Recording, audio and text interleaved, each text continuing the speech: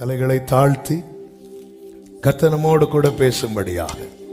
S, ஆமென்.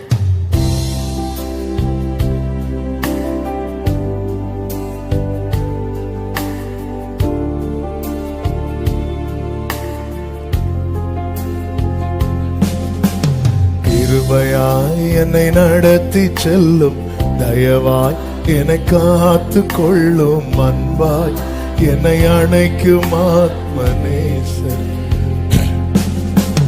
கிருபையாய் என்னை நடத்தி செல்லும்,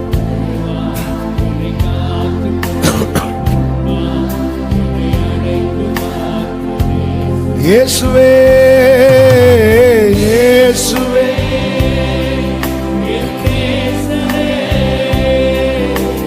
தோளின் மீதே சாயும் என் உள்ளம் ஏங்குதே, என் உள்ளம் ஏங்குதே.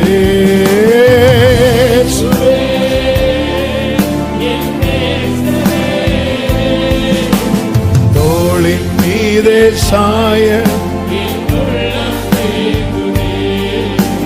தோளின் மீதே சாய, ஆமென். கிருபையாய் என்னை நடத்தி செல்லும், அன்பாய் என்னை அணைக்கும் ஆத்மநேசரே.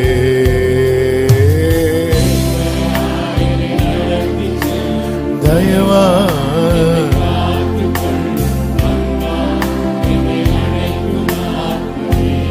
உம்மை பற்றிக் கொண்டு, உம்மை பற்றிக் கொண்டு உமக்காக வாழ்ந்திட, உம் பாத சுவடை தினமும் தொடர்ந்திட, உம்மை பற்றிக் கொண்டு உமக்காக வாழ்ந்திட, உம் பாத சுவடை தினமும் தொடர்ந்திட, உமக்குள்ளே மறைந்திட, உம்மேலே படர்ந்திட, உமக்குள்ளே மறைந்திட, இந்த உலகை வெறுத்து உம்மோடு இணைந்திட, இந்த உலகை. கைகளை உயர்த்தி ஒரே சத்தமா இயேசுவே இயேசுவே என் நேசரே, தோளின் மீதே சாய, ஆமென். தோளின் மீதே சாய என் உள்ளம் ஏங்குதே. ஷலபகரம சந்தனரமரோ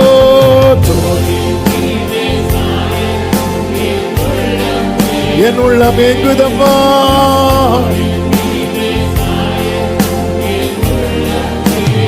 ஆமென். கிருபையாய்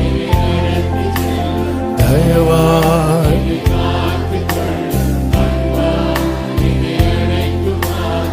ஓரலமரோ சந்தனரே, தயவாய் அன்பாய் என்னை அணைக்கும் ஆத்மநேசர். தாழ்த்துகிறோம், தொடர்ந்து எங்க கூட பேசுங்கப்பா. மீட்பர் நாமத்தில் பிதாவே, ஆமென். ஒரு விசை கூட கைகளை உயர்த்தி ஹல்லேலூயா. 51வது சங்கீதம் அதனுடைய 18வது வசனம். சங்கீதம் 51:18. சீயோனுக்கு உமது பிரியத்தின்படி நன்மை செய்யும், எருசலேமின் மதில்களை கட்டுவீராக. எருசலேமின் மதில்களை கட்டுவீராக. சிலர் பார்க்கிறத பார்த்தா இன்னும் இந்த காம்பவுண்ட் கட்டி முடியலையான்னு பார்க்கறது போல இருக்கிறது. என்ன பண்ண? ஆமென். ஹல்லேலூயா. மதில் அவசியம். தேவன் தம்முடைய பிரியத்தின்படி நம்முடைய வாழ்க்கையில ஏதாவது செய்யணும்னா நம்முடைய வாழ்க்கையில மதில் கட்டப்பட வேண்டியது மிக மிக அவசியமாயிருக்கிறது. ஏசாயா 59வது அதிகாரம் 1-2 வசனங்களிலே இப்படி சொல்லப்பட்டிருக்கிறது. இதோ ரட்சிக்க கூடாதபடிக்கு கர்த்தருடைய கை குறுகி போகவும் இல்லை, கேட்க கூடாதபடிக்கு அவருடைய செவி மந்தமாகவும் இல்லை. உங்கள் அக்கிரமங்களே உங்கள் தேவனுக்கும் நடுவாக பிரிவினை உண்டாக்குகிறது. உங்கள் பாவங்களே அவர் உங்களுக்கு செவி கொடாதபடிக்கு அவருடைய முகத்தை உங்களுக்கு மறைக்கிறது. அப்போ அவருடைய கை குறுகல்ல, அவருடைய செவி மந்தமாகல. ஆனா என்னாச்சு அப்படின்னா, இந்த மதில் இல்லாததுனால அக்கிரமம் பாவம் போன்றவைகள் எல்லாம் உள்ளே வந்து நம்மை தூரமாய் கொண்டு போய்விட்டது. நாம நினைச்சிட்டு இருக்கிறோம், நம்முடைய புலம்பல் எப்படி இருக்கு தெரியுமா? ஆண்டவர் இன்னும் எனக்கு ஒண்ணுமே செய்யல, ஆண்டவர் இன்னும் என் ஜெபத்தை கேட்கவே இல்லை. இப்படிப்பட்ட கேள்வி எண்ணங்கள் வரும்போது கர்த்தர் சொல்லுகிறார், என் கை குறுகலைங்கிறார், என் செவி மந்தமாகவில்லை என்கிறார். தேவன் தம்முடைய பிரியத்தின்படி நம்முடைய வாழ்க்கையில ஒன்றை செய்ய வேண்டும் என்றால், முதலாவது நம்மை சுற்றிலும் அவருடைய பாதுகாப்பின் மதில் எழுப்பப்பட வேண்டியது அவசியமாயிருக்கிறது. இதைதான் தாவீது ஜெபிக்கிறான். ஆண்டவரே, எருசலேமின் மதில்களை கட்டுவீராக. அலங்கம் இடிக்கப்பட்டது, மதில் இடிக்கப்பட்ட செய்தி அறிந்ததும் நெகேமியா போய் உட்கார்ந்து அழுகிறான்.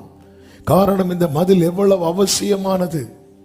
ஒரு வீட்டினுடைய பாதுகாப்பு மதில். உன் அலங்கத்துக்கு உள்ளேதான் சமாதானம், உன் அலங்கத்துக்கு உள்ளே சமாதானம். அப்படிதான் வேதத்திலே சொல்லப்பட்டிருக்கிறது. நம்முடைய வாழ்க்கையிலே கர்த்தர் கட்டி எழுப்பப்பட வேண்டிய மதில்கள் இருக்கிறது. சத்துரு கட்டின எரிகோக்களை கர்த்தர் இடிக்கிறார். அதே நேரத்தில் ஒரு பக்கம் சத்துரு கட்டின மதில்கள் இடிக்கப்படுகிறது, இன்னொரு புறம் கர்த்தர் நம்மை பல மதில்களை தாண்ட பண்ணுகிறார். அதே நேரத்தில் இன்னொரு பக்கம் கர்த்தர் மதிலை கட்டி எழுப்புகிறார். நம்முடைய வாழ்க்கையில் இந்த மதில்கள் கட்டி எழுப்பப்பட வேண்டியது மிக மிக அவசியமாய் இருக்கிறது. ஓசியா புஸ்தகம் 2வது அதிகாரத்திலிருந்து சில காரியங்களை இந்த நாளில் உங்கள் மத்தியிலே சொல்லி ஆமென் ஜெபிக்க விரும்புகிறேன். ஓசியா 2வது அதிகாரம் அதனுடைய 6வது வசனத்தை நாம் வாசிக்க கேட்கலாம். ஆகையால் இதோ நான் உன் வழியை முள்ளுகளினால் அடைப்பேன், அவள் தன் பாதைகளை கண்டுபிடிக்க கூடாதபடிக்கு மதிலை எழுப்புவேன் என்று கர்த்தர் சொல்லுகிறார். மதிலை எழுப்புவேன். எல்லாரும் சத்தமா சொல்லுங்க, மதிலை எழுப்புங்கப்பா. இன்னும் சொல்லுங்க, மதிலை எழுப்புங்கப்பா. எழும்பிட்டீங்களா? மதிலை எழுப்புங்கப்பா. இந்த வசனம் படிக்கும் போது நமக்கு கொஞ்சம் கஷ்டமா இருக்கும். அங்க என்ன சொல்லப்பட்டிருக்கு தெரியுமா? அவள் தன் பாதைகளை கண்டுபிடிக்க கூடாதபடிக்கு மதிலை எழுப்புவேன். அவள் நான் உன் வழியை முள்ளுகளினால் அடைப்பேன். இந்த வசனத்தை எப்படி கொஞ்சம் நிதானமா பார்க்கும்போது நமக்கு விஷயம் புரிஞ்சிடும். நான் புல்வெளியா, உன் வழியை முள்ளுகளினால். ஏன்? நான் உன் வழி அடைச்சாதான் என் வழிக்கு வருவேன். ஆமே, நான் உன் வழி அடைச்சாதான். அல்லேலூயா. இப்போ கொஞ்சம் பிரைட் ஆயிட்டா. ஆமே. அவள் தன் பாதைகளை கண்டுபிடிக்க கூடாதபடிக்கு மதிலை எழுப்பவே. அப்போ எங்க இப்ப மதில் கட்டப்படணும் தெரியுமா? நானா நிறைய ட்ராக் போட்டிருக்கிறேன் தெரியுமா? ஆண்டவரே, மதிலை கட்டிருங்க. நானா நினைச்சு வச்சிருக்கிற பாதைகள் இருக்கிறதல்லவா, நானாக விரும்புகிற பாதைகள் இருக்கிறதல்லவா. அதாவது மதில் எழுப்ப வேண்டிய இடத்துல மதிலை எழுப்புறார். மதில் சில பாதையில ஒரு சின்ன தடை வந்தாலும் நம்ம என்ன பண்ணுவோம்னா சரி வேண்டாம்னு விட்டுருவோம். ஆனா சில பாதையில விட மாட்டோம்னு அவருக்கு தெரியும். அதனால அங்க மதில கட்டாம முள்ள வைக்கிறப்போ இல்ல ஆண்டவர், நான் எந்த பாதையையும் தாண்டு. ஃப்ரைடே ஃபாஸ்டிங் பிரேயர்ல உனக்கு தான் ஜெப குறிப்பு வரும். இதோ நான் உன் வழியை. இந்த காலை வேளையில என்னை கேட்டுக்கொண்டிருக்கிற அன்பு உள்ளமே, இந்த நற்செய்தியை நீ கேள். நீ தெரிந்தெடுத்த பாதைகள் அடைக்கப்பட்டிருக்கிறது என்றால் நீ அறியாத ஒரு வழி உனக்காய் நியமிக்கப்பட்டிருக்கிறது. ஆமென் சொல்லுங்க பார்க்கலாம். அவர் மதிலை எழுப்புகிறார். அந்த மதிலை எழுப்பியே ஆக வேண்டும் என கர்த்தர் தீர்மானித்துதான் ஆகையால் என்று சொல்லப்பட்டிருக்கிறது. இங்கே நடக்கிற சம்பவம் என்ன? இந்த பகுதியிலிருந்து தான் இன்னைக்கு செய்தியை கொடுக்க போகிறோம். இந்த மதில் கட்டப்படுவதனால் உண்டாகிற 5 ஆசீர்வாதங்களை இந்த ஓசியா 2 சொல்லி ஜெபிக்க விரும்புகிறேன். கடந்த நாட்களிலே பரிசுத்த ஆவியானவர் இந்த வார்த்தைகளை தான் நினைவிலே கொண்டு வந்தார் பேசும்படியாக. கர்த்தருக்கு மகிமை உண்டாவதாக. நல்ல கவனமா கேளுங்க. இவர் இந்த மதிலை கெட்டு காரணம் என்ன? காரணம் என்னவென்றால் கர்த்தர் தம்முடைய ஜனத்தை ஆசீர்வதித்து மேன்மைப்படுத்துகிறார். அது தம்முடைய ஜனத்தை தான், தம்முடையவளை தான், தம்முடைய ஜனத்தை தான் இங்கே அவருடையவள் என்று சொல்லப்பட்டிருக்கிறது. அவர் மணவாளன் அல்லவா, மணவாட்டியாக சொல்லப்பட்டிருக்கிறது. இங்கே இவள் என்ன செய்கிறாள்? நான் அதனால அந்த டேர்மை யூஸ் பண்ணி உங்களோடு பேச விரும்புகிறேன். கர்த்தருக்கு மகிமை உண்டாவதாக. கொஞ்சம் ஆசீர்வாதம், கொஞ்சம் உயர்வு, கொஞ்சம் ஓப்பனிங் எல்லாம் கிடைக்கும் போது நல்லா புரிஞ்சுக்கோங்க. ஒரு லெவல்ல தேவனால் நம்ம உயர்த்தப்படும் போது நமக்கு நிறைய கான்டாக்ட் கிடைக்கும். நம்முடைய ஸ்டேட்டஸ் லெவல் கூட அந்த ரேஞ்சில் இருக்கிறவங்க நம்ம கூட தொடர்பு கொள்ள ஆரம்பிப்பாங்க, பேச ஆரம்பிப்பாங்க. இது இயல்பு. காட்டில் ஆடு மேய்த்து கொண்டிருந்த தாவீதோடு நட்பு கொண்டாட யாருமே வரல. ஆனால் ஜெயித்த தாவீதோடு யோனத்தான் ஒட்டி கொண்டான். ஜெயித்த தாவீதை மீகாள் நேசித்தாள். காட்டில் ஆடு மேய்த்து கொண்டிருந்த தாவீதை சொந்த குடும்பம் கூட நேசிக்கவில்லை. ஆனால் தாவீது உயர்த்தப்பட்டு மேன்மையாய் இனி அவன் தான் ராஜான்னு தெரிஞ்சதும் தாவீதின் சகோதரர்கள், தாவீதின் குடும்பம் எல்லாமே அவனிடத்தில் வருகிறார்கள். தாவீதுக்கு அநேகரோடு நட்பு கிடைக்கிறது. சாலமோனின் ஞானம் ஐஸ்வர்யம் பெருகினதும் சுற்றிலும் இளைப்பாறுதல். அந்த அளவுக்கு எல்லாருடைய ஃப்ரெண்ட்ஷிப். எல்லா ராஜாக்கள், ராஜ ஸ்திரீகள் வராங்க. வந்தா திருப்பி அனுப்ப மாட்டார் அவர். எல்லாரோட பாருங்க, ஒரு ஸ்டேட்டஸ் லெவல் கூட நமக்கு கான்டாக்ட் அப்படிதான் கிடைக்கும். அப்படி கிடைக்கும் போது ஒரு தேவப்பிள்ளை ரொம்ப ஜாக்கிரதையா இருக்கணும். ஏன்னா அந்த இடத்துல தான் தேவனை விட்டு போவதற்கான நிறைய சான்சஸ் இருக்கு. ஏன்னா அவங்களுக்காக நம்ம நிறைய காரியத்தை செய்ய வேண்டி இருக்கும். அவர்களுக்காக நம்ம நிறைய காரியத்தை காம்ப்ரமைஸ் பண்ண வேண்டி இருக்கும். அவர்களுக்காக சில காரியத்தை கண்டும் காணாததை போல இருக்க வேண்டி இருக்கும். காரணம், நமக்கு அப்போ என்ன தெரியுமா பெருசா தெரியும்? அந்த நேசரை அல்ல, இவர்களுடைய நட்பு தான் நமக்கு ரொம்ப பெருசா தெரியும். இங்கே அதுதான் சொல்லப்பட்டிருக்கிறது. 5வது வசனத்தை வாசியுங்கள். அவருடைய தாய் சூரம் போனாள், அவர்களை கர்ப்பம் தரித்தவள் லட்சியான காரியங்களை செய்தாள். அப்பத்தையும் தண்ணீரையும் ஆட்டுமயிரையும் பஞ்சையும் எண்ணெயையும் வானங்களையும் கொடுத்து வருகிற என் நேசர்களை பின்பற்றி போவேன் என்றாள். 8வது வசனத்தில் என்ன சொல்லப்பட்டிருக்கிறது? தனக்கு நான் தானியத்தையும் திராட்சரசத்தையும் எண்ணெயையும் கொடுத்தவர் என்றும் நான் வெள்ளியையும் பொன்னையும் பெருக பண்ணினவர் என்றும் அவள் அறியாமல் போனாள். அவ என்ன நினைச்சிட்டா தெரியுமா? இவங்களால தான் எனக்கு இது நடந்துச்சு, இவங்களால தான் எனக்கு இது கிடைச்சது, இவங்களால தான் இப்படி நினைக்க ஆரம்பிச்சிட்டா. ஆண்டவர் சொல்றார், ஏய் இதெல்லாம் நான் செட் பண்ணது. ஒருத்தங்க அப்பத்தை கொண்டு வராங்கன்னா நான் கொண்டு வர வச்சது. ஒருத்தங்க உன் பிசினஸ்ல சப்போர்ட் பண்றாங்கன்னா நான் ஏற்படுத்தினது. ஆனா நீ எப்படி பார்க்க ஆரம்பிச்சிட்ட தெரியுமா?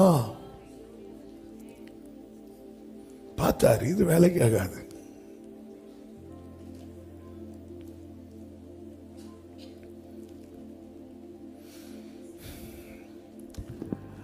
யார் யாருக்கெல்லாமோ என்னெல்லாமோ செய்து கொண்டிருக்கிறோம். சபையே, தேவனால் மீட்கப்பட்ட உள்ளமே புரிந்து கொள். எனக்கு அனுகூலம் பண்ணுகிறவர்கள் நடுவில் கர்த்தர் என் பட்சத்தில் இருக்கிறார். கர்த்தர் தான் என்னை உயர்த்தி வைத்தாருங்கிற நிச்சயம் இருந்ததுனாலதான் போர்த்திபாரின் மனைவி யோசேப்பை அழைத்த போது யோசேப்பு உதறிவிட்டு ஓடினான். இல்ல, போர்த்திபாரால தான் நான் உயர்ந்திருக்கிறேன் அப்படிங்கிற எண்ணம் அவனுக்கு இருந்திருக்குமானால் அங்கே அவன் அட்ஜஸ்ட் பண்ணியிருப்பான்.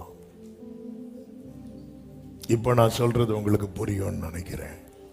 நிறைய இடத்துல அட்ஜஸ்ட் பண்றோம், நிறைய இடத்துல சில காரியங்களை கண்டும் காணாது இருக்கிறோம். கர்த்தருடைய பந்தியிலே கை வைத்து விட்டு, ஏன்னா அந்த கான்டாக்ட் கட்டாயிடக்கூடாது, இது கட்டாயிடக்கூடாது. ஒரு தேவ பிள்ளைக்கு எந்த வெளிச்சம் தேவை தெரியுமா? என் வாழ்க்கையிலே உண்டான ஒரு சின்ன காரியத்திலிருந்து பெரிய காரியம் வரைக்கும் காரணர் என் ஆண்டவராகிய இயேசு கிறிஸ்து ஒருவரே. வேதம் என்ன சொல்லுகிறது? நன்மையான எந்த ஈவும் பரத்திலிருந்து உண்டாகி சோதிகளின் பிதாவினிடத்திலிருந்து இறங்கி வருகிறது. நன்மையான எந்த ஈவும். அதற்காக யாரையும் பகைக்க வேண்டும் என்றல்ல நான் சொல்வதை சரியாக புரிந்து கொள்ள வேண்டும். யார் யாரை கனப்படுத்தணுமோ கனப்படுத்துங்க, யார் யாரை நேசிக்கணுமோ நேசிங்க, யார் யாருக்கு என்ன செய்யணுமோ செய்யுங்க. அதே நேரத்தில் அந்த நேசரை விட்டுட்டு உள்ள வேலை தான் வேண்டாம். அதாவது இவங்களாலதான் எனக்கு இது கிடைச்சு நான் சொல்லுகிற இடத்துல, அந்த இடத்துல நான் மகிமையை அவர்களுக்கு கொடுத்து விட்டேன். 12வது வசனத்திலே ஆண்டவர் சொல்லுகிறார், என் நேசர்கள் எனக்கு கொடுத்த பணயம் என்று அவள் சொன்ன அவளுடைய திராட்சை செடிகளையும் அவளுடைய அத்திமரங்களையும் நான் பாழாக்குகிறார். காடாய் போக பண்ணுவேன். இது யார் கொடுத்தது? சர்ச்சுக்குள்ள சொல்லுவோம் கர்த்தர் கொடுத்தது, வெளியே போய் சொல்லுவோம் இன்னார் கொடுத்தது. ஆண்டவர் கையை வச்சிருவேன்ட்டார். யாருக்கு? மீட்கப்பட்டவர்களுக்கு. என் நேசர்கள் எனக்கு கொடுத்த பணயம் என்று அவள் சொன்ன. இது எப்படி கிடைச்சது தெரியுமா? நம்ம சொல்லுவோம் இன்னார் மூலமாய் கர்த்தர் எனக்கு கொடுத்தார். இங்க சொல்லும் போது மகிமை யாருக்கு போயிரும் தெரியுமா? கர்த்தருக்கு போயிரும். தேவனை ஆராதிக்கிற இந்த ஜனத்தை எனக்கென்று ஏற்படுத்தினேன், இவர்கள் அவர் துதிய மட்டும்தான் சொல்லணும். இவங்க மட்டும் இல்லைன்னா ஆண்டவர் பாப்பாரு, வா உனக்கு வேலை தானே. நான் சொல்லல, பைபிள் சொல்லுது. என்னடா காலிலே கொண்டு உட்கார வச்சுட்டு ஆண்டவர் சிம்பிளா வேற ஒண்ணுமே பண்ண மாட்டார், மதில எழுப்பிடுவேன்ட்டார். எழுப்பணுங்கிற என் வாழ்க்கையிலே தேவனுக்கு மகிமை செலுத்தாமல் நான் பயணிக்கிற பாதையிலே மதிலை எழுப்புவீராக. ஹalleluya, ஹalleluya. அதனால இப்ப என்னாச்சு? அதிகாலையில் அவர் சமூகத்தில் விழித்திருக்க வேண்டியவர்கள் அதிகாலையில் யார் வீட்டு வாசலே போய் காத்திருக்கிறோம். என் நேசர்கள் எனக்கு கொடுத்த பணயம் என்று அவள் சொன்ன அவளுடைய திராட்சை செடிகளையும் அவளுடைய அத்தி மரங்களையும் நான் பாழாக்கி.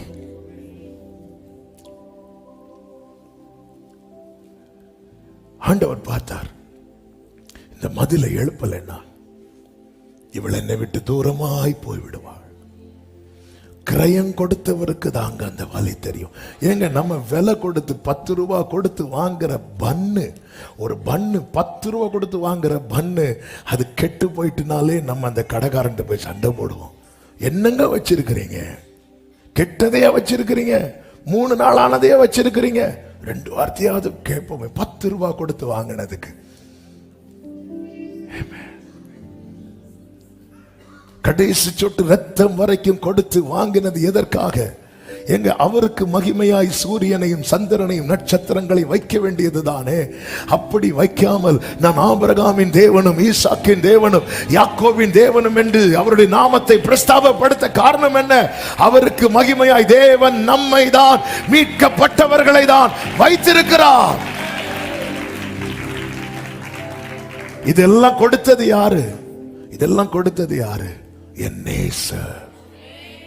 ஆனா நேசர்னு சொல்ல வேண்டிய இடத்துல எப்படி வந்துட்டா தெரியுமா? நேசர்கள் ஆயிட்டா.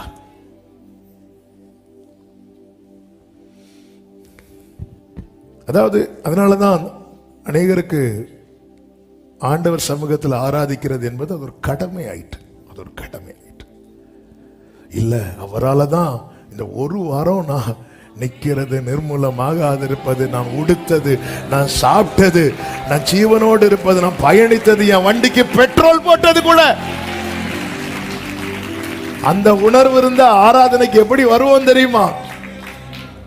எப்படி வந்திருப்போம் தெரியுமா? வந்திருந்தாலே அழுகதான் வரும். காத்தீரே என்னை கருத்தா வழுவாமல் ஆமென் எடுத்தீர் என்னை கோரி எடுத்தீர் ஆமென் கொடுத்தீர் உம்மையும். கைகளை உயர்த்தி சொல்லுவோம் ஸ்தோத்திரம் துதி.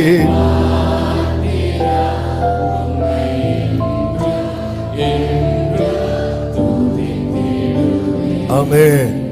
நான் இதெல்லாம் கொடுத்தேன் என்பதை அவள் அறியாமல் போனாள். ஆகையால் நான் மதிலை எழுப்புவேன். எழுப்பணும் ஆண்டவரே. நீங்க இந்த மதில் எழுப்பப்படுவதினாலே என்னவெல்லாம் உண்டாகும் என ஒரு 5 காரியங்களை உங்களுக்கு சொல்ல விரும்புகிறேன். அப்ப கர்த்தர் மதிலை எழுப்புறார்னா அங்கே நம்முடைய வாழ்க்கை முடிகிறது என்று அர்த்தம் அல்ல. அங்கே நமக்கு இன்னொரு துவக்கம் உண்டாகிறது என்ற அர்த்தம். இதுதான் பைபிள். அதுதான் தாவீது பாடினானே, அநேக இக்கட்டுகளையும் ஆபத்துகளையும் காணும்படி செய்த என்னை நீர் திரும்ப உயிர்ப்பித்து என் மேன்மையை பெருக பண்ணி என்னை மறுபடியும். இந்த மதில் எழுப்பப்பட்டால் முதலாவது என்ன உண்டாகும் தெரியுமா? நாம் தடுக்கப்படுவோம். எல்லாரும் சொல்லுங்க, நாம் தடுக்கப்படுவோம். 7வது வசனத்தின் முதற் பகுதியை வாசியுங்கள். அவள் தன் நேசர்களை பின்தொடர்ந்தும் அவர்களை சேருவதில்லை. அவர்களை தேடியும் கண்டுபிடிப்பதில்லை. இதுதான் மதில் எழுப்புனா உள்ள விசேஷம். சில கான்டாக்ட் நமக்கு கட் ஆகும். அதுதான் நாம தடுக்கப்படுவோம். நம்ம பிள்ளைங்களை பத்தி ஒரு கம்ப்ளைண்ட் வருதுங்க, கம்ப்ளைண்ட் வருது. நம்ம எல்லாருமே நம்ம பிள்ளைங்க விஷயத்துல ரொம்ப செல்ஃபிஷா தானே இருப்போம்.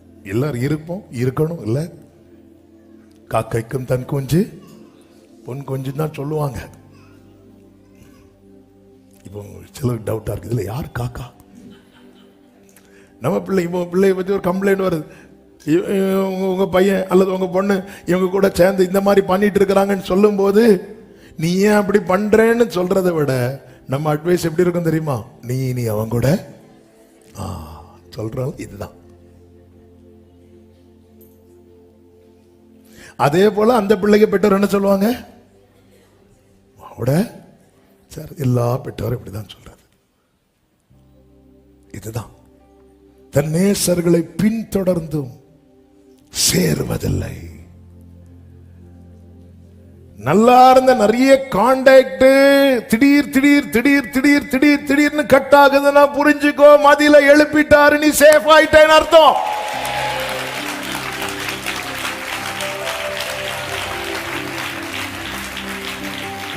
தேவன் சிலரை நம்மிடத்தில் சேர விடவில்லை, சிலரிடம் நம்மை சேர விடவில்லை.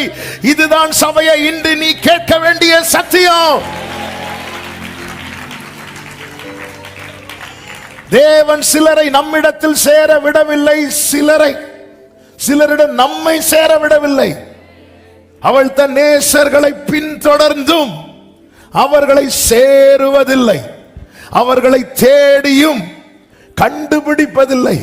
இங்க போலான்னு பார்த்தா மதிலு, இங்க போலான்னு பார்த்தா முள்ளு. இவ தேடுற, போன் பண்ணா போன் எடுக்க மாட்டேங்கிறாங்க. சில கான்டாக்ட் வந்து டக் டக் டக் டக் கட் ஆகும். தேவன் தடுக்கிறார். யாருக்கு இதை செய்வார் தெரியுமா? யாத்திராகமம் 14:20 சொல்லப்பட்டிருக்கிறது. 19:20 வாசியுங்கள். அப்பொழுது இஸ்ரவேலின் சேனைக்கு முன்னாக நடந்த தேவதூதனானவர் விலகி அவர்களுக்கு பின்னாக நடந்தார். அவர்களுக்கு முன் இருந்த மேகஸ்தம்பமும் விலகி அவர்கள் பின்னே நின்றது. அது எகிப்தியரின் சேனையும் இஸ்ரவேலின் சேனையும் ராம் முழுவதும் ஒன்றோடு ஒன்று சேராதபடி அவைகள் நடுவில் வந்தது. ரெண்டும் சேர்ந்துடக்கூடாது. நம்ம என்ன நினைக்கிறோம் தெரியுமா? மேகஸ்தம்பம் வந்து நின்னதும் இஸ்ரவேல், எகிப்தியர் வந்துடக்கூடாதுன்னு வந்து நிக்குது நினைக்கிறேன். எகிப்தியர் வந்துடக்கூடாது மட்டும் இல்ல, இஸ்ரவேலரும் போயிடக்கூடாது. அந்த மேகஸ்தம்பம் இல்லைன்னா அங்க கோராக உட்பட நிறைய பேர் இருக்கிறாங்க, போய் காலிலே விழுந்துருவான். ஏன்னா பல முறை இவர்கள் எகிப்துக்கு போக பிரயாசப்பட்டார்கள். இவங்கள சேர விடல, அவங்கள சேர விடல. இதுதான் பதில். நான் நினைச்சோம் என்னால அவங்க கிட்ட கான்டாக்ட் பண்ண முடியல, அவங்க நினைச்சோம் அவங்களால என்ன கான்டாக்ட் பண்ண முடியல. இப்படி மதில கெட்டவான் கேட்கிறார்.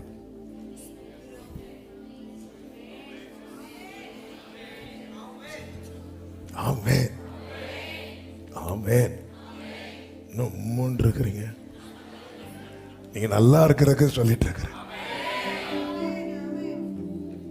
கெட்டவான் அவர் கேட்கல, நான் தான் கேட்டேன். அவர் கெட்டுவே நிக்கிறாரு. சில நிப்பாங்கல்ல, கெட்டுனா இவ்வளவுதான், அந்த கெட்டு இல்ல இது, மதில கெட்டுவே நிக்கிறாரு. நான் அந்த மதிலை சொல்ல நமக்கு புரிய மாட்டேங்குது. என்ன இவங்க என்ன நமக்கு கூப்பிடாமலே எனக்கு போன் எடுப்பாங்க, நான் கூப்பிடாமலே எதுனாலும் நம்ம கிட்ட வந்து நிப்பாங்க. இது என்னடா, ரீச் பண்ணவே முடியலையே, கான்டாக்ட் பண்ணவே முடியலையே, தொடர்பு கொள்ளவே முடியலையே, எப்படி முடியும்?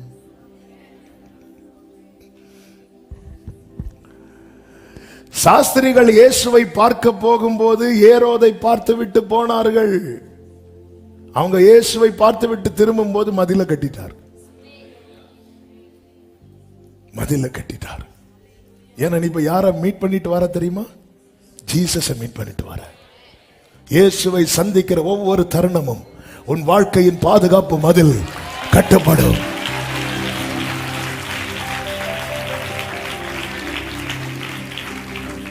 மதில கட்டணும். எருசலேமின் மதில்களை கட்டுவீராக, எருசலேமின் மதில்களை கட்டுவீராக. என் வாழ்க்கையிலே ஆண்டவரை உம்மை விட்டு தூரம் போக பண்ணும்படியான நான் தெரிந்தெடுத்த அத்தனை பாதைகளும் அடைக்கப்படுவதாக. ஹல்லேலூயா, ஆமென் சொல்லுங்க பார்க்கலாம். கர்த்தர் சிலரை நம்மை விட்டு தூரப்படுத்துவார், சிலரை விட்டு நம்மை தூரப்படுத்துவார். 88வது சங்கீதம் 18வது வசனத்திலே சங்கீதக்காரன் இப்படி சொல்லுகிறான், சிநேகிதனையும் தோழனையும் தூரமாக விலக்கினீர். எனக்கு தூரமாய் போனார்கள் என்று சொல்லவில்லை, எனக்கு தூரமாக விலக்கினீர். எனக்கு அறிமுகமானவர்கள் மறைந்து போனார்கள். எப்ப அவங்களை வீட்டுல தேடி போனாலும் ஆளு வீட்டுல இல்ல, ஆளு உண்டு. மறைந்து போனார்கள். மதிலை எழுப்பிட்டாரு. ஏன்? உனக்கு ஒரு சிநேகிதர் உண்டு, உனக்கு ஒரு தோழன் உண்டு. ஹல்லேலூயா, ஹல்லேலூயா. இயேசுவில் என் தோழனை கண்டே, எனக்கெல்லாமாயவனே, 10,000ங்களில் ஏற்றம் சுந்தரனே, க்ளோரி சா മകമമരോ അവനെ ഞാൻ കണ്ടെത്തിയേ പതിനായിരങ്ങളിൽ ഏറ്റവും സുന്ദരനെ. நல்ல கவனமா கேளுங்க. தாவீது சொல்லுகிறார், தூரமாய் விலக்கினீர். தாவீதுக்கு ஒரு சிநேகிதன் உண்டு, தூரமா விலக்கிட்டார். யாரு தெரியுமா? யோனத்தான். தூரமா விலக்கிட்டார். ஏன்னா ரெண்டு பேரும் எப்படி நேசிக்க ஆரம்பிச்சிட்டாங்க தெரியுமா? உயிரை போல. உயிரே பார்த்தாருவா.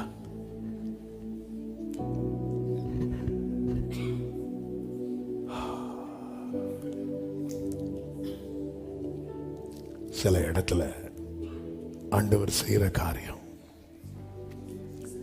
எப்படி காண்பிக்கும் தெரியுமா? நீ என்னுடையவன்,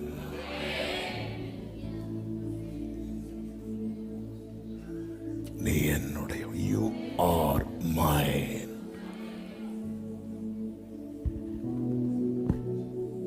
மதில கட்டுறார்.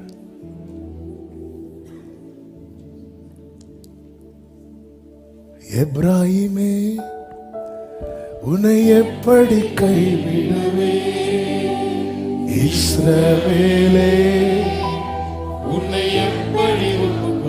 ஆண்டவரே, நான் அங்க போட்ட போ அப்படி சொல்ல எனக்கு மனசு வரலப்பா. ஆமென். இந்த மகிமைய கர்த்தருக்கு கொடுக்காம மற்றவர்களுக்கு கொடுப்பதினாலே ரொம்ப வேதனைப்படுகிறார் ஆண்டவர். யாரால் உனக்கு இந்த உயர்வு வந்தது? யாரால் உனக்கு இந்த மேன்மை வந்தது? யாரால் உனக்கு இந்த கனம் வந்தது? யாரால் உனக்கு இந்த வாழ்வு வந்தது? நீ உயர்த்தப்பட்டதுனால உன் வாழ்க்கையில ஒரு மதில கட்டுனேனா நேற்று வரை இருந்த அத்தனை கான்டாக்டும் இல்லாம ஆயிரும். இதுதானங்க நம்ம ஒரு ஒரு ஒரு நம்ம பிசினஸ்ல அல்லது ஏதோ ஒரு சின்ன வீழ்ச்சி வந்தா கூட நமக்கு நிறைய கான்டாக்ட் சர்னுக்கு இல்லாமலே ஆயிரும். இந்த மழை காலத்துல வர பூச்சிகள் மாதிரிதான் நிறைய தொடர்புகள். கொஞ்ச நேரத்துல நம்மள சேர்ந்து அப்படி வாயை திறந்த வாய்க்குள்ள வர போயிடும். எத்தனை மீட்டிங்ல சாப்பிட்டு இருக்கிறோம் தெரியுமா? ஹல்லேலூயா. சரி, இனி இது வெளியே எடுக்க முடியுமா? ஒண்ணும் பண்ண முடியாது. ஒரு 2 hours தாண்டாது. இதுல ஒன்னையும் காணாது. இப்படிதான் எத்தனை கான்டாக்ட். உங்கள்கிட்ட ஒண்ணுமே இல்லை, உங்களால ஒரு யூஸுமே இல்லைன்னு ஒருத்தங்களுக்கு தெரிஞ்சிட்டு அவங்க திருப்பி உங்கள்கிட்ட பழகுறாங்க அப்படின்னா அந்த உறவுக்கு நம்ம சல்யூட் பண்ணணும். ஆனா அதே நேரத்தில் அப்படி உண்மையா பழகிறதுக்கு ஒருத்தரும் இல்லை. இதுதான் உண்மை. அப்படி சல்யூட் பண்ணணும்னா ஒரே ஒருத்தருக்கு மட்டும்தான் பண்ண முடியும். ஹல்லேலூயா. ஏதுமில்லை என்ற கவலை இல்லை, துணையாளர்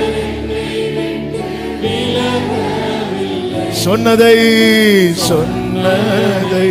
செய்திடும், சொன்னதை செய்திடும். நம்புவே.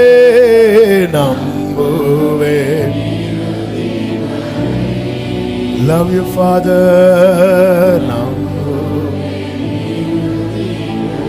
ஆமென். தடுக்கப்படுவோம். இரண்டாவதாக, இந்த மதில் கட்டப்படுவதனால் உண்டாகிற அடுத்த காரியம் என்ன தெரியுமா? நேசரை குறித்த மேன்மையான நினைவுகள் உண்டாகும். நல்ல நினைவுகள், மேன்மையான நினைவுகள். அதை 7வது வசனத்தை வாசியுங்கள். அவள் தன் நேசர்களை பின்தொடர்ந்தும் அவர்களை சேர்வதில்லை, அவளை தேடியும் கண்டுபிடிப்பதில்லை. அப்பொழுது அவள், நான் என் முந்தின புருஷனிடத்துக்கு திரும்பி போவேன். நான் என் முந்தின புருஷனிடத்துக்கு, அதாவது மீட்டவர், கிரயத்துக்கு கொண்டவர், நான் திரும்பி போவேன். இப்பொழுது இருக்கிறதை பார்க்கிலும் இப்பொழுது இருக்கிறதை பார்க்கிலும் அப்பொழுது எனக்கு நன்மையா இருந்தது. எனக்கு நன்மை. அன்னைக்கு நான் ரொம்ப நல்லா இருந்தேன். என்னைக்கு இந்த நிறைய கான்டாக்ட் கிடைச்சதோ அன்னைக்கு நாசமானேன். அப்போ நாங்களும் அவரு மட்டும்தான் இருந்தோம். எவ்வளவு நல்லா இருந்துச்சு தெரியுமா?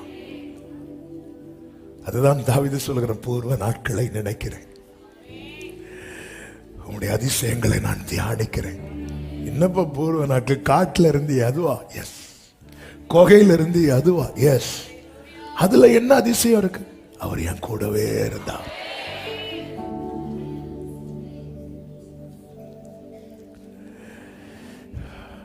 ஜீசஸ். நாங்க சண்டே ஸ்கூல் சின்ன வயசுல ஒரு ஸ்கிட் பண்ணோம். வீட்டில் ஒரு முதியவருக்கு பர்த்டேக்கு பிள்ளைங்க பேர பிள்ளைங்கெல்லாம் ஃபாரின்லேருந்து வர்றது மாதிரி எல்லாரும் வந்து பயங்கரமா போட்டோலாம் எடுத்து, பிள்ளைங்களுக்கு அப்பாவுக்கு பர்த்டே, பேர பிள்ளைங்களுக்கு தாத்தாக்கு பர்த்டே, பயங்கர கொண்டாட்டம். எல்லாம் அப்படியே இந்த ஸ்கிட் பண்ணிட்டு கடைசியில் சரி கேக் கட் பண்ணலாம். கேக்கை வச்சுட்டு ஹாப்பி பர்த்டேன்னு பாடும்போது தான் ஒரு பேர பிள்ளை சொல்றான், தாத்தா எங்க? அப்புறம் தான் எல்லாருக்குமே ஞாபகம் வருது, ஆமா அவர் எங்க? அதுக்கப்புறம் அவரை போய் பின்னாடி ரூம்ல இருந்து தூக்கிட்டு வந்து உட்கார வச்சு கேக் கட் பண்ற மாதிரி. எதுக்கு அதை போட்டோன்னா, கிறிஸ்மஸ்ல எல்லாம் கொண்டாடுறோம், யாரும் இல்லை ஜீசஸ் இல்லாம. நான் இப்போ எதுக்கு இதை சொல்றேன்னா, எல்லாம் நம்முடைய பார்டர், நம்முடைய எல்லை வந்து பெரிதாக பெரிதாக பெரிதாக எல்லா செலிப்ரேஷனும் இருக்கும்.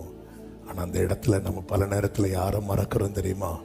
அதற்கு காரணமானவரை மறக்கிறோம். அதாவது, ஆண்டவரே, என் வாழ்க்கையில ஒரு மதிலை எழுப்புறதுனால நான் உங்களை தான் நினைப்பேனா? எழுப்புங்க ஆண்டவரே.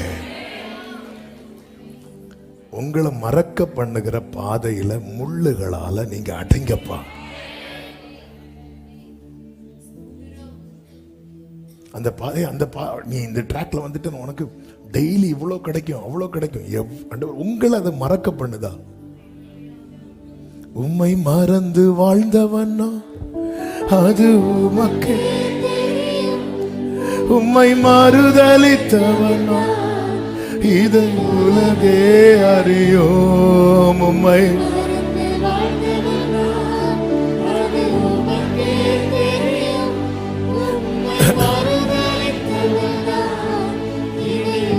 கைகளை உயர்த்தி சத்தமா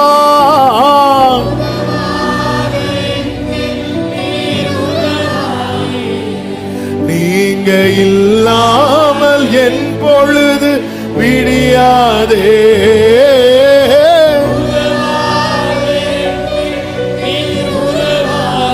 ஜீசஸ்,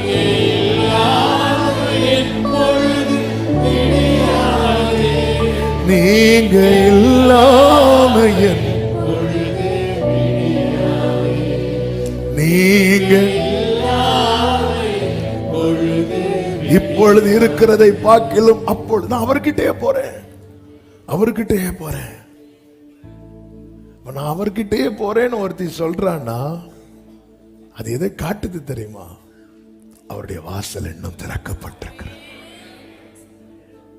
அப்போ உன் வாழ்க்கையில சிலதை தடுக்கிறதும், சிலதை அடைக்கிறதும், சிலதை உன்னை விட்டு தூரப்படுத்துறதும் எல்லாம் ஒரே காரணத்துக்காக அவர்கிட்ட நீ வரணும்.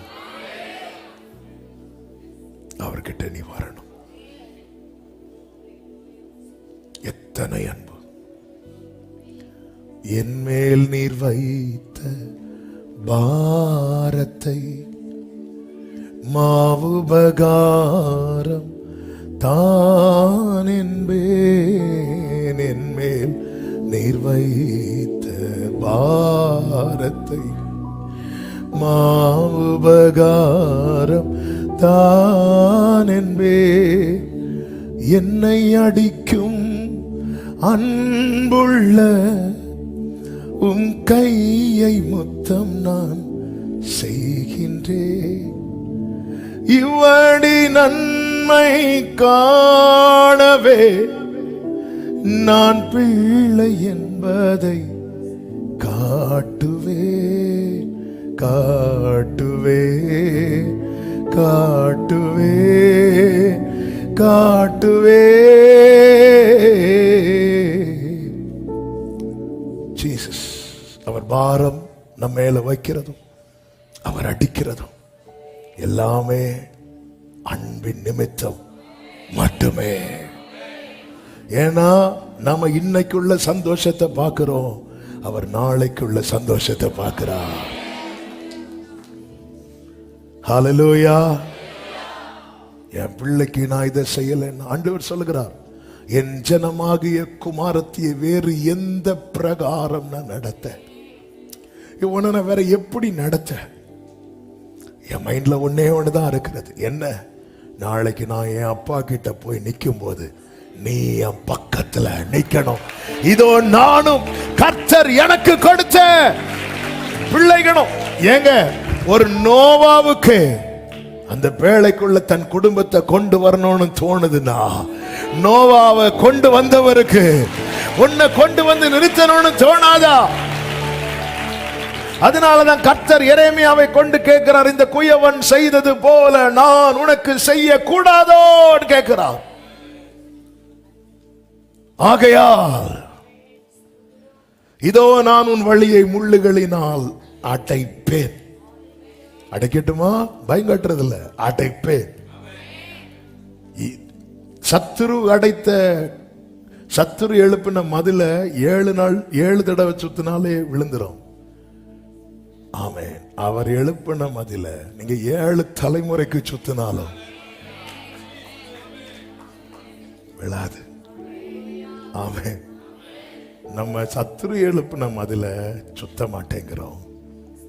கர்த்தர் எழுப்பின மதில சுத்தோ சுத்தோ சுத்தோ சுத்தோடு சுத்தி சுத்தி கடைசியில் தலகரங்கி வந்து விழுந்து, ஆண்டவரே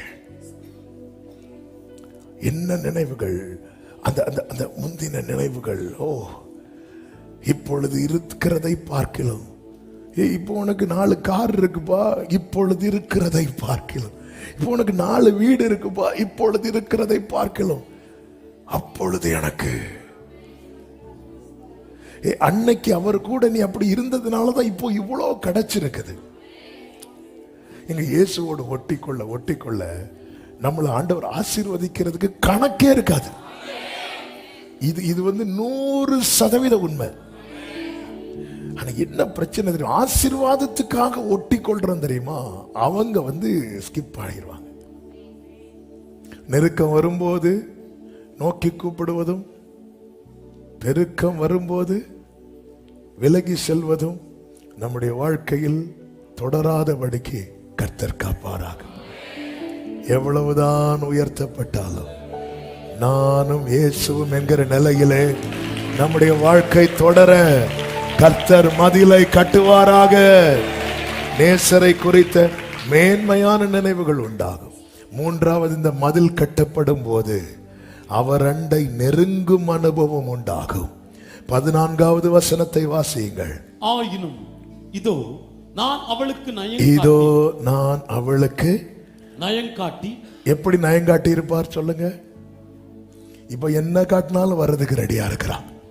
ஏன்னா காட்டுறதுக்கு வேற யாருமே இல்ல. மதில் கட்டது முன்னாடி அப்படி இல்ல. ஆண்டவர் அவளை பார்த்து மகளேன்னு கூப்பிட்டா, இன்னொருத்தன் வெளியே இருந்து டார்லிங். அப்ப அங்க இருந்து நயங்காட்டுறதுக்கு 7-8 பேர் இருந்தாங்க. எது நல்லா இருக்கு? அது பரவாயில்ல, இது பரவாயில்ல. லோத்து தன் கண்களை ஏறெடுத்து பார்த்த போது சோதம் அவனுக்கு நல்லா இருந்துச்சு. ஏன்னா மதில் இல்ல. அவருடைய நேசத்தை விட வேற நேசம் பெருசா தெரிஞ்சது, மதில் இல்ல. இப்ப அவளால கான்டாக்ட் பண்ண முடியல, ரீச் பண்ண முடியல.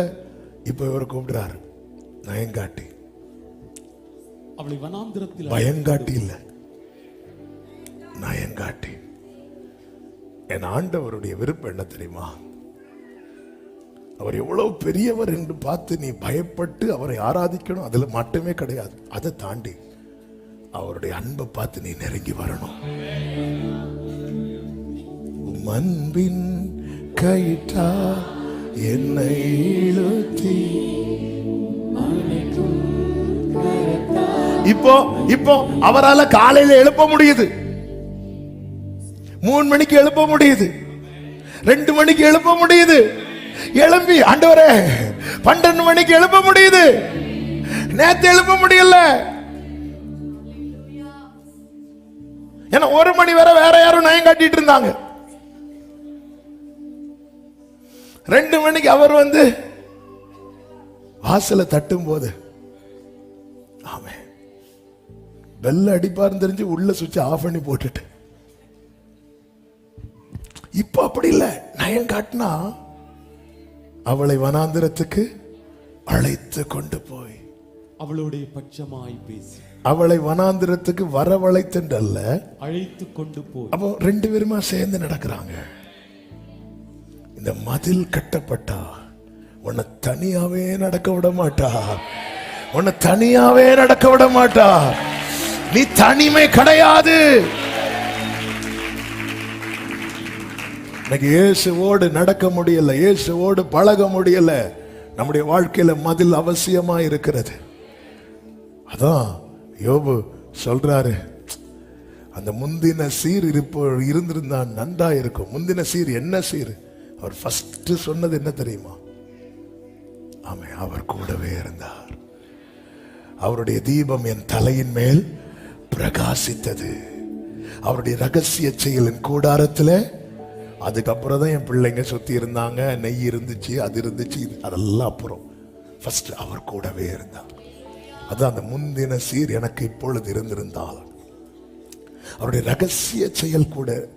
அதாவது நேற்று வரை என்ன பார்த்தவங்களுக்கு நாளைக்கு என் வாழ்க்கையில நடக்க போகிற அதிசயம் தெரியாது.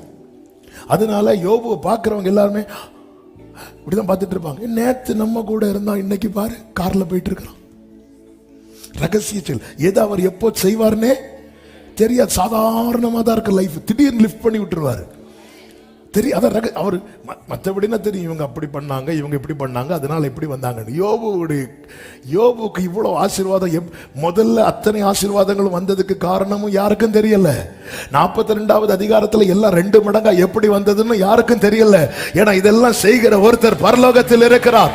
உன் வாழ்க்கையில நீ திடீரென்று ஒரு நாள் உயர்த்தப்படுவாய், திடீரென்று ஒரு நாள் மேன்மைப்படுத்தப்படுவாய். எல்லா கண்களும் அதை கண்டு இது கர்த்தராலே ஆயிற்று. எத்தனை பேர் நம்புறீங்க? என் லைஃப்ல அவருடைய ரகசிய செயல் இருக்கிறது. என் வாழ்க்கையில கர்த்தருடைய ரகசிய செயல் இருக்கிறது. என் வாழ்க்கையில என் குடும்பத்தில் கர்த்தருடைய ரகசிய செயல் இருக்கிறது.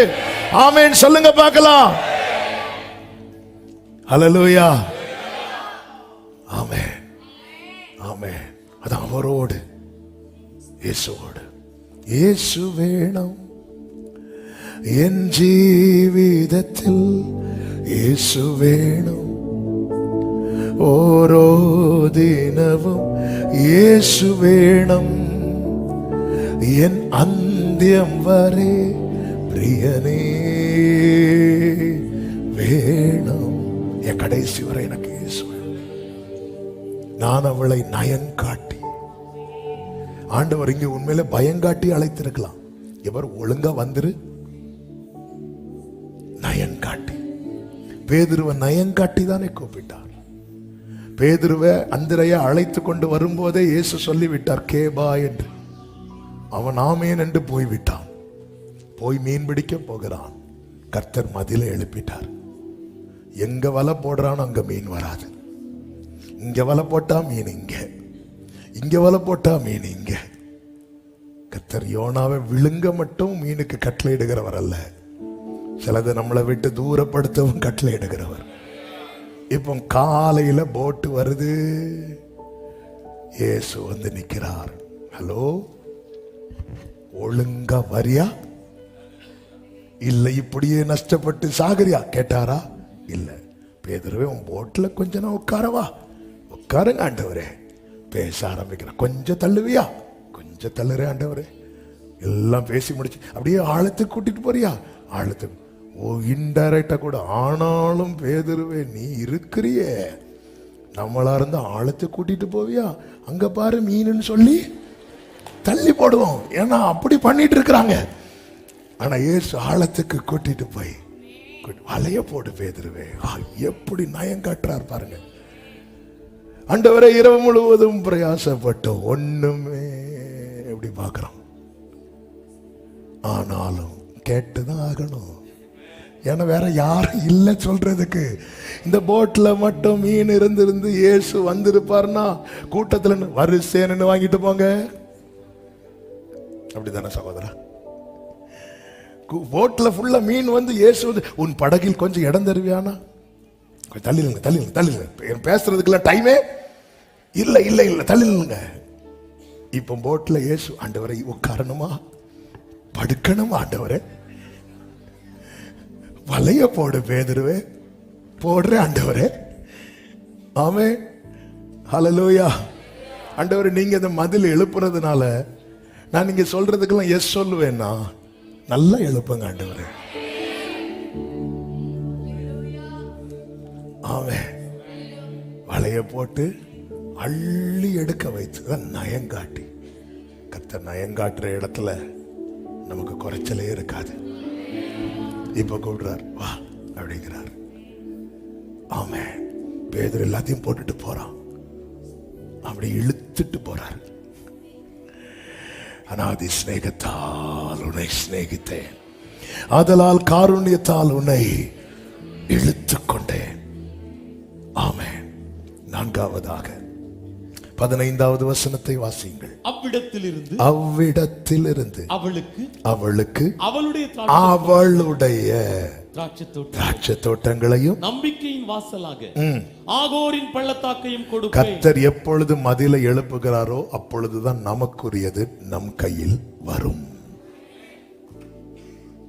அவ்விடத்திலிருந்து அவளுக்கு அவளுடைய, அவன் நமக்குரியது ஆயத்தமாகி இருக்கிறது. இந்த மதில் இல்லாததுனால நம்ம கையில தரல. பிள்ளை மெச்சூர் ஆனதுக்கு அப்புறம் தான் நாங்க பிள்ளைக்கு கொடுக்க வேண்டியதெல்லாம் கொடுக்கறாங்க. பிள்ளைக்கு தான் இந்த வீடு, பிள்ளைக்கு தான் இந்த சொத்து. பிள்ளை பிறந்த உடனேயே பத்திரத்தை தூக்கி கையில கொடுப்போமா?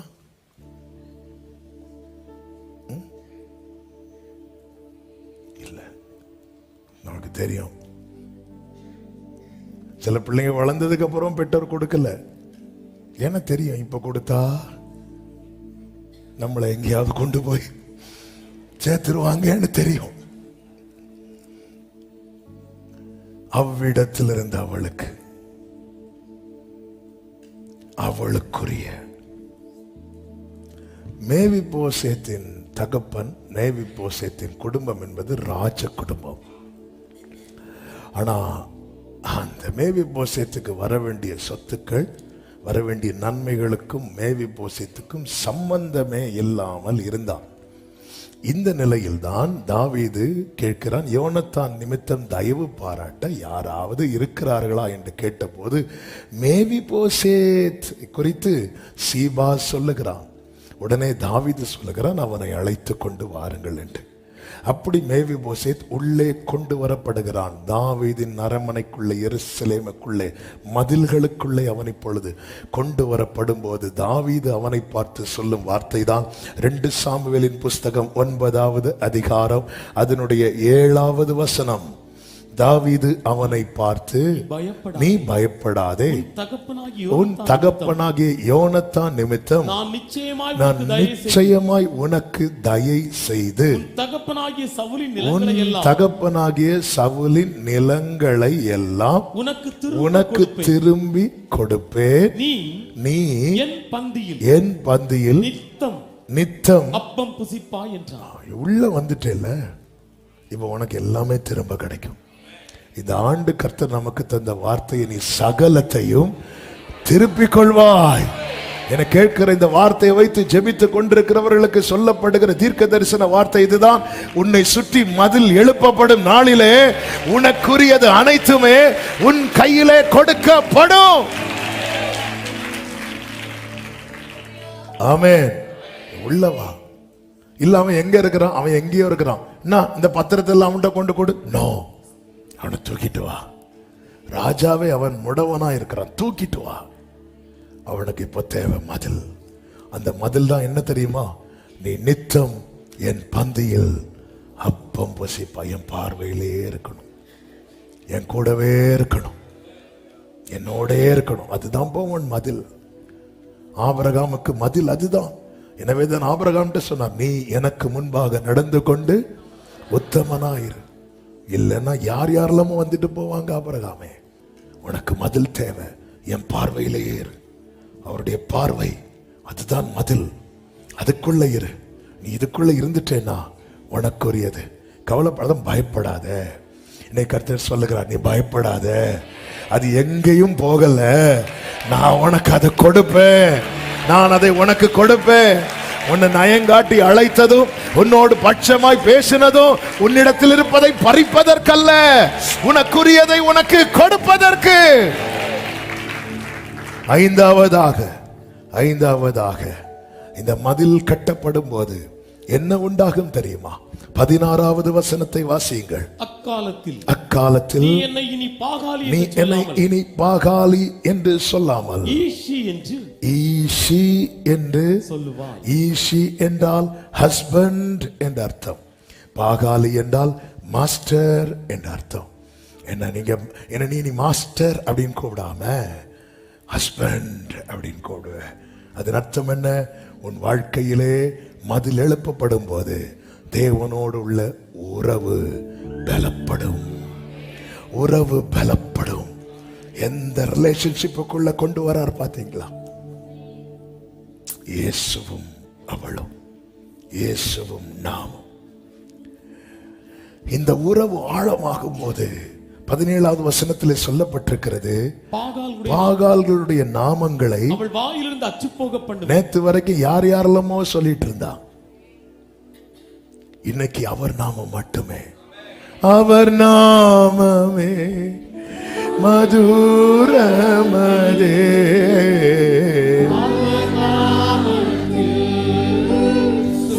அது மாத்திரமல்ல, இனி அவைகளின் பெயரை சொல்லி அவைகளை நினைக்கிற நினைப்பும் இல்லாமற் போகும். பல நினைவுகள் நம்ம ரொம்ப பாதிப்புக்குள்ளாக்குது இல்ல? பல நினைவுகள், பல பழைய நினைவுகள், பல கசப்பான நினைவுகள்.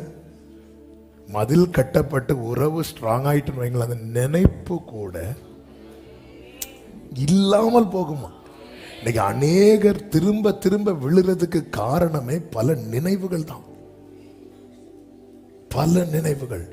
அநேகர் மாம்சத்திலிருந்து வெளியே வர விடாமல் இருப்பதற்கு காரணம் பல நினைவுகள். ஏன்னா சிலர் பண்ணுற அந்த கசப்பான காரியம் நம்ம மனசுலயே இருக்கும். உறவு ஸ்ட்ராங், அந்த ஆழத்துக்குள்ள போயிட்டுனா அந்த பேரை சொல்லி அவைகளை நினைக்கிற நமக்குள்ள சில நினைவுகள் இருக்கிறதுனாலதான் அந்த நபர்களை குறித்த அந்த காரியத்தை குறித்து நம்ம சொல்லிட்டே இருப்போம். ஏதோ ஒரு வகையில் அந்த பேர் வாயில வந்துட்டே இருக்கும்.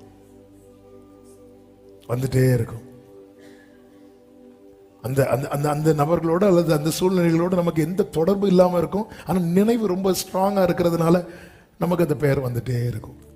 என்ன நினைவு? அந்த நினைவு கட்டாகணும். அது எப்படி ஆகும் தெரியுமா? நீ அவரை எப்படி கூப்பிடணும்? நீங்க ஹஸ்பண்ட்னு கூப்பிட்டா போதும். ஈசின்னு சொல்லி வேற ஏதாவது சொல்லிட்டு, உன் சிருஷ்டிகரே, உன் நாயகர், சிம்பிளா நேசர்ன்னு சொல்லிருக்க. என் நேசரன் உடையவரே, அவர் மார்பினில். எஸ், என் நேசரன் சலமகமரா.